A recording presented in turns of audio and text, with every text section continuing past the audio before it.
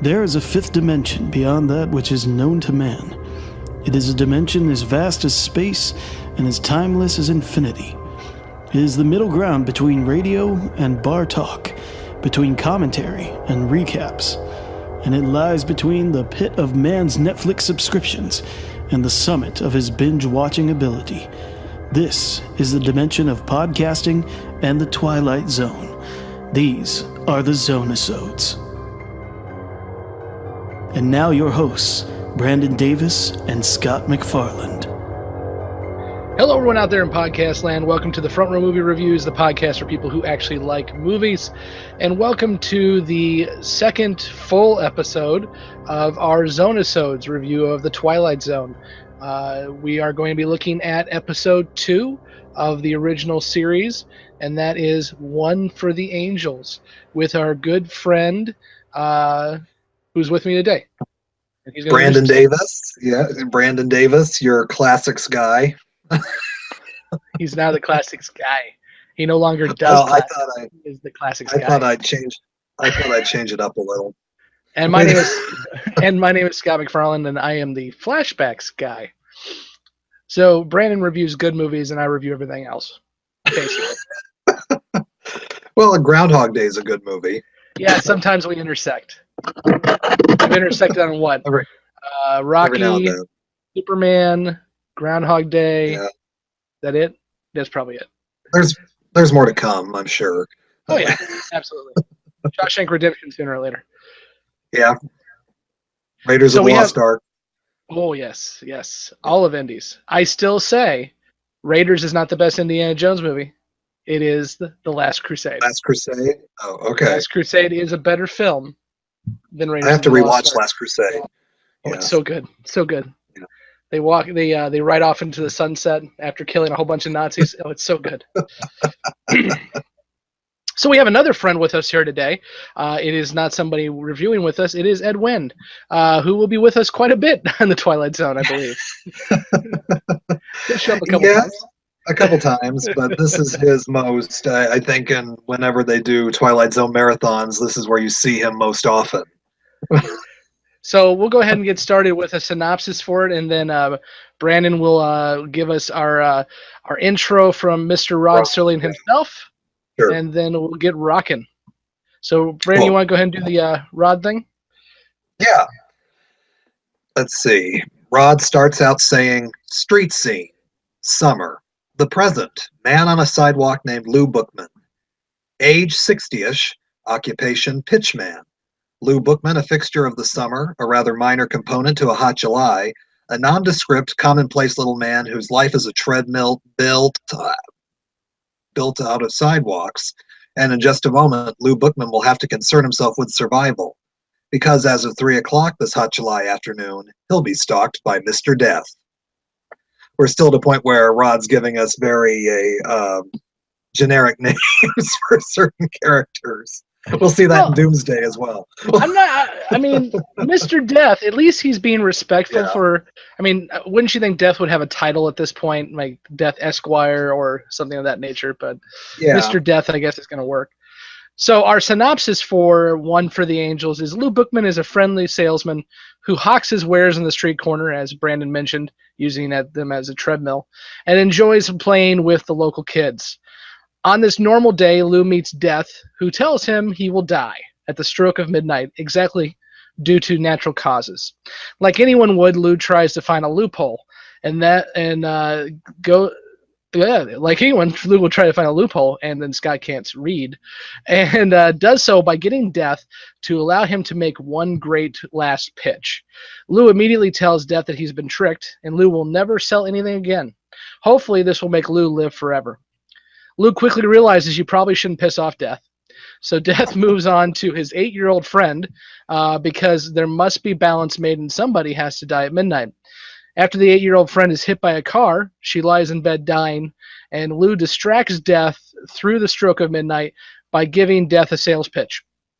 After the clock does strike midnight, Lou and Death both realize that Lou has fulfilled his end of the contract by giving One for the Angels, and Lou follows Death down the street after having made the greatest pitch in history.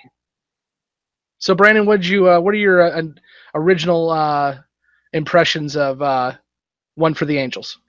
This is one of the ones that as I mentioned before in our first episode, I don't think I've seen every episode. As a matter of fact, I'm certain I haven't seen every episode of the Twilight Zone, but this is one I've seen quite a bit, and probably because it's on all the marathons usually. And anytime you see a promo for Twilight Zone, you always see a little scene of Ed Wynn from this episode. It is, for an episode that deals with death, it's a very sort of laid back, almost lighthearted episode in some ways. It's a little unique in terms of the Twilight Zone canon. You don't see a whole lot of this throughout the rest of the series, but in my opinion, the whole episode sort of hinges on performances. And once again, as we mentioned, Rod Serling was a master of casting, and I think if you would cast another actor in the role of Lou Bookman, it might not be quite as effective an episode because, not to spoil anything until the end when we give our rankings or whatever, but the script, I think, is just a little under par, and yet because of who he cast in these roles, they sort of raise it to another level. Yeah, no, I think that's not much of a spoiler for me either. This is definitely one that I've seen quite a bit, and I think it is a kind of a mixture of, it is one of the more lighthearted episodes, so it finds its way into the reshowings either through marathons or on syndication, and also I think because it has Ed Wynn in it, it finds itself more on TV than some, just because it has a recognizable face in it. But yeah, I know I agree with you in all of this. I think the story is charming, but it is pretty routine. And after coming off such a really good episode with Where Is Everybody, this one kind of is a paint by numbers. And you know, it kind of goes back to the fact that we kind of talked about at the beginning of this, is Rod is writing most of these by himself, or even if there's a writing room, he's still involved in every one of them. So there's going to be a bit of an ebb and flow here because you can only do so many things at once. There are a couple of things I do remember liking about this, and I still do. I love the fact that Death is a bureaucrat. It makes perfect sense to me that he's going to whip out his little notepad and start taking notes whenever Lou speaks. And then when Lou tries to find a loophole, Death has a list of rules and bylaws that are already in place that that discuss that. He's very much, just a bureaucrat, or well, that's the easiest way to put it. He's definitely a bureaucrat. Yeah. Well, and I love, as I mentioned before, casting. Murray Hamilton, who plays Death, is a very erudite actor, and he could have just cast a sort of over-the-top, sort of very doom and gloom looking guy, but Murray Hamilton's very well put together, very well spoken, and most people probably remember Murray Hamilton as the mayor in Jaws, and always played these kinds of sort of almost, smooth talking roles, and he plays off Wynn perfectly because Wynn's a totally different persona. So, the what you remember most about this episode are their interactions together. You remember Ed Wynn's interaction with the kids, and you remember these two interactions together because they do play off each other really well. Agreed. And the one thing too is we're starting to get a little bit more of a budget. And whereas everybody, we had one main person through most of the episode with a few other folks at the very end, now we've got a cast of characters, be it only really two main characters, but we also have some of the kids with speaking roles. The doctor's in there for a bit too. So we're starting to get some more people in here as well. So what, in terms of the story itself, what are some of the things that you liked about the episode, and then we'll get into some of the things that you didn't like about the episode. I do like the character of Lou Bookman. I think that he can be, as I've said before, Rod Serling writes a 25-minute movie every week, basically, and for the small time he's given, he really does give you fleshed out characters. And you just feel like Lou Bookman has been around and he's had this life experience, and you really are pulling for him to sort of make this one last great pitch like he's always wanted to do. And Ed Wynn, who was a hammy actor, as we all know, but he's perfect for this role, because if you're playing this sort of pitch man on the street, you've got to be this way. And I think Ed Wynn, he plays this sort of seasoned person, and yet he's got this childlike innocence about him at the same time. He's kind of not necessarily a man-child, but he does have an innocence about him, and so that's why he can relate well to the kids. And so there's an innocence about this episode that you don't find in a lot of Twilight Zone episodes. Yeah, and as you already mentioned, and I'll probably mention again when we start talking about ranking of this episode, this episode lives and dies by Ed Wynn and Lou Bookman. If this character is not one that's enjoyable to watch and somebody who you're not going to root for, the episode itself is going to fall flat on its face. And so I think they do a really good job of letting us like this guy, because it's very easy to not like a salesman. It's very easy to run into somebody like this who we don't really have too many door-to-door salesmen anymore, but a telemarketer calls you and tries to hawk something at you. It's very easy to want to punch that person in the face. I say that because I used to sell vacuum cleaners door-to-door. So I was the guy that people wanted to punch in the face. So, but the fact that we get to see Lou kind of being just a aloof guy, and then we also see the fact that he does enjoy hanging out with the kids, and he's a nice guy, and it doesn't come off creepy. He's just one of those friendly neighborhood people that everyone knew when they were kids, and it definitely helps. We also get our first sighting of Robby the Robot in this. It will not be the last time we see Robby, but we do see Robby as a little action figure. So we'll have to keep a tally on some of this stuff as they pop up, because I know things like that are going to pop up a lot in this show. I can't remember what year Forbidden Planet came out. I knew it was a couple of years before this, but Robby had been around a few years by this time. He's still not my favorite robot from the 60s, but he's my second favorite robot, and people can assume who my first favorite robot was. Danger, Will Robinson, danger. That's what I was going to say, that Lost in Space. The show does not hold up at all, but I grew up on it, so. The first season is actually pretty good, because when they were took serious? Yeah. And then the guy shows up in the carrot costume, and it all goes downhill. There's a great video on YouTube of June Lockhart describing that episode and just breaking up laughing. It's really funny. But I guarantee, no matter how much in the doldrums we get in some of these episodes of Twilight Zone, we're never going to see anybody in a carrot costume. So the Great Vegetable Rebellion we won't see. But now that would be a fun show to talk about. But, I intend to talk about it a little bit, because there are rumors that there's going to be a Lost in Space TV. Well, not even rumors. They're starting to cast.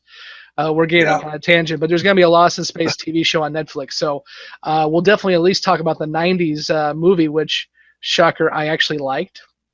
Oh, you did? Yeah, I actually liked it. It wasn't the best thing in the world, but it had Gary Oldman as a spider. Yeah.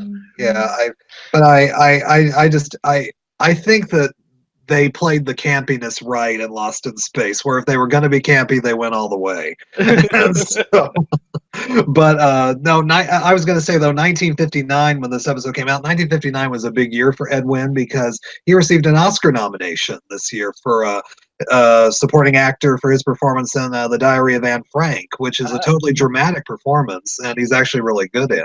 Yeah, when I think Ed Wynn, I don't think Diary of Anne Frank. Although, like every middle school kid in America, I've seen Diary of Anne Frank. Yeah. But I always think of Ed Wynn from his role in Babes in Toyland, and he scared the living hell out of me in Babes. But that is a totally underappreciated movie. I love that movie.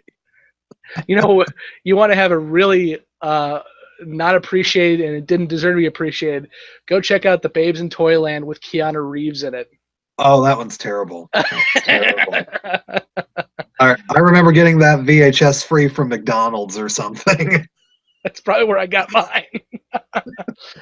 It was that or Dances with Wolves, and that I went with Babes in Toyland with Keanu Reeves. Big mistake. Oh my gosh, we've covered Lost in Space and Keanu Reeves. Can you tell there's not much to talk about this episode? but no, I was also going to say though, the little girl in this Yes. episode I do like, because she doesn't give. I mean, she does what she needs to do. She doesn't give a totally cutesy little kid performance, although she seems very well put together after she's been run over. But It is the most easy car accident I've ever seen. You just hear a scream, and the little girl is just sitting there on the ground. I'm just like, I've had the unfortunate experience of having to watch somebody get hit by a car. They made it okay. They made it out of it okay, but it is the most violent thing you'll ever see in your life. And so watching this, I just kind of chuckle at it, because it's like that kid would be obliterated at that speed. But yeah, I mean, and you were talking about the budget, and this actually, I don't know if I mentioned it in the last episode, but now from here on out, the pilot was shot at Universal, but from here on out, the show is going to be shot on the back lots at MGM. And MGM at the time had a lot more space than Universal. Universal was a relatively small studio at that time, and MGM had these huge back lots where Rod Serling could just use this sort of his playground, and he really makes use of stuff for a show that didn't really ever have a huge budget. He makes use of all these things that were already built, all these streets and everything, and uses them to great effect. And as I mentioned before, you can tell that there's a little bit higher of a production quality in this episode. Well, you see that just in Lou's apartment too, which we're not in much, but it's definitely filled in. Whoever did the art decoration for that did a really good job, because it looks like somebody who lives in that kind of apartment, who would be somebody selling fake silk ties on the street corner. So all of that is done very well, and that's the whole point of the show. I think is not only is the storytelling amazing, and the acting is beyond anything else that was on television back then, and beyond a lot of things that are on television since then, but also the set design and the quality that they put into directing and everything else is above what you would normally see on a TV show. And I think that was partly Rod, but also I'm sure that the rest of the crew too, realizing that they have something here and they wanted to put their A game into it. And you can tell that even when they're first starting out in these first few episodes. Yeah. Well, and this episode and the previous episode actually also have a score both written by Bernard Herrmann, who was Hitchcock's main composer for a lot of his films. He composed, Psycho, and he composed North by Northwest. And so here you've got these big moves. That was basically like getting John Williams at the time to score a TV show. So Serling's going for quality right from the very beginning. Absolutely. So what are some of the things that didn't work for you? Everything sort of hinges on that sort of final. No, I didn't mean that. But the scene works, but everything sort of hinges on that final pitch he gives. But I don't necessarily. The character of Deaths that has been shown to us so far seems much more sophisticated than to be taken in by this trick that Lou was sort of giving him. It seems like a really quick plot device, sort of just to give the story a little button. I mean, Ed Wynn is a charismatic figure, and you can see how you couldn't take your eyes off of him or whatever. But Murray Hamilton hasn't given us any reason to believe that he'd be taken in by this, though. Yeah, and I'll go one step farther on that too. What really stood out for me in that scene is Death seems to have a nervous breakdown more than anything else. He starts getting really has the cold sweats and kind of freaking out. I'm like, that's when you're trying to sell somebody something and they're starting to have cold sweats, you're doing it wrong. I mean, the whole idea is to maybe draw his attention and get him interested. I think like those really bad infomercials that you turn on at 3 a.m, no matter how stupid they are, if they can get your attention and you're going to watch for an hour. That's the kind of sales pitch he should have been doing. But instead, it almost looks like he's, got Death chained up to a wall and there's nothing he can do but watch this. So I agree with you there. I think that kind of as much as it is the whole punchline of the entire episode, that does kind of fall apart. Another thing that kind of stands out for me that I just it didn't really work well was the whole interaction after the kid gets hit by a car. I mean, I agree with you. The actress was really good, but at that point, she's just kind of sitting in a bed, and it kind of it's really even hard to describe. But it's just like the show, much like the car hits the kid, the show hits a brick wall right about then, because you've got some really good interactions with Death and Lou. And as soon as the plot turns and he goes after the kid, it all kind of grinds to a screeching halt, and you realize Act 3 or Act 4 is just going to be kind of a rote story at that point. Yeah, although, I mean, Serling, even though the episode kind of halts at that point, Serling does sort of clean it up at the end very nicely, and he doesn't leave you sort of with that sort of jolt feeling that you have during that part. And I mean, as we, this is only episode 2, and so he's experimenting with the kind of stories he's telling and the way that he's going to tell things. And for a lot of times shows will have strong pilots, and then you look at episode 2 and they're kind of subpar, and I think this is what we're having here, although Serling subpar is, above par for a lot of other TV shows. And that's actually kind of why we're kind of playing our cards in the open here, but obviously we're probably not going to rank this one as high as we ranked the first one. But I kind of like the fact that we get kind of one that's a little more on the average side, because it shows also too, if you're watching this, and it also shows to us, we're not going to look at this with rose-colored glasses. If we're going to run into a stinker or something that isn't going to be up to snuff, we are going to discuss it. And we're not just going to fawn over it because it is a Ron Serling Twilight Zone work. Yeah. And so I think it's going to make it more interesting as we start talking about these and we start actually critiquing them more. And there'll be some episodes where I will fawn all over the episodes because they're just amazing. But sometimes it's good. Yeah, absolutely. And you say, sometimes, the pilot's really good because they put more time into it. You could put years into a pilot, and then you kind of have to you're off to the races with the rest of them. I think it's even worse nowadays. And I used Star Trek: The Next Generation as an example. The Encounter at Farpoint is an extremely good pilot. It holds up to the day. But the first 2 seasons of that show is just, So the fact that the Twilight Zone was able to pick itself up in the first couple episodes, it says something right there too. And we'll get into our rankings here in a minute, but another thing that we do here on this show is we compare these episodes to other Twilight Zone episodes, because even a mediocre Twilight Zone episode is going to be really good television. So just because we're saying that this one isn't exactly up to par, we're saying it's not up to par with other Twilight Zone episodes.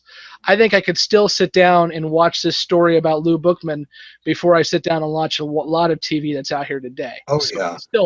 It's still some quality stuff. Yeah, and believe us when we say that this episode, even though we're not raving about it, this is, that we'll see a lot worse than this coming down the pike, especially as we get toward the last season. I was already say, foreshadowing in 2020 when we're done with this thing, we're going to end on a very low note, and it's going to deal with moose and squirrel. We're gonna have to do some sort of final podcast so we don't end just with that. Wrap it up. Wrap up the show as a whole. One of the things I'm actually thinking about, and I'm pitching this to Brandon right now, is I think at the end of every season we should do our best and worst, and kind of hammer it out that way. So just because I think 157 episodes isn't enough, we need a few more. At least 160. It out. Okay, I think we've kind of we've talked about this one enough. You want to go ahead and close this? Well, actually, first let's do our ranking, and then we'll close up with Rod. So, Brandon, on 1 for the Angels, on a scale from 1 to 10, 1 being probably the worst Twilight Zone episode, 10 being the best Twilight Zone episode or episodes, where would you put 1 for the Angels? Well, as we're ranking it, and here when we do this now, since we're early on, it's going to be easier to do this. But right now, Where Is Everybody is our standard. And I gave that a 7. I thought that was an above average episode. And after seeing One for the Angels, we've seen 2 episodes now. Where Is Everybody is still the best episode of Twilight Zone so far.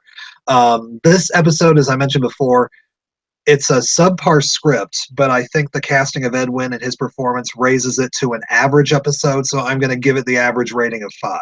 There you go, right in the middle.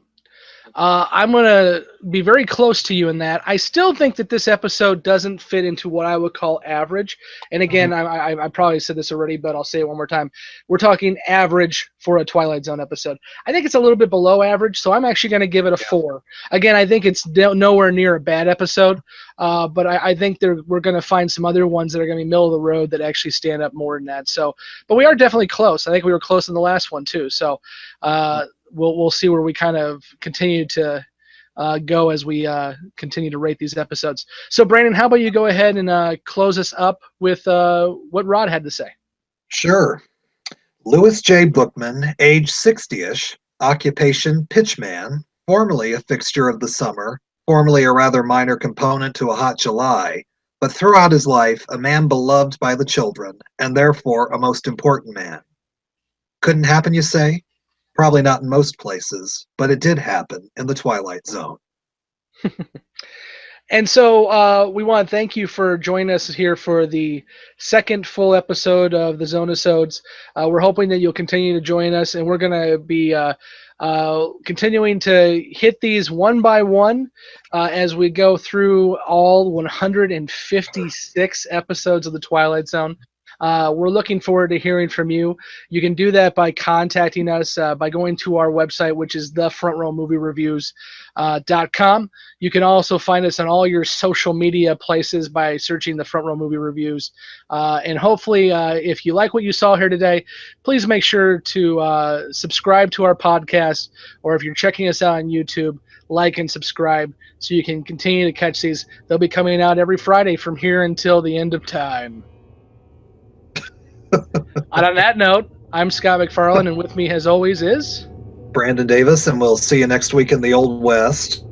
And we'll see you on the couch. Thank you for listening to this episode of Zone-i-Sodes. Zone-i-Sodes is a special presentation of the Front Row Movie Reviews podcast. For more information, go to www.thefrontrowmoviereviews.com.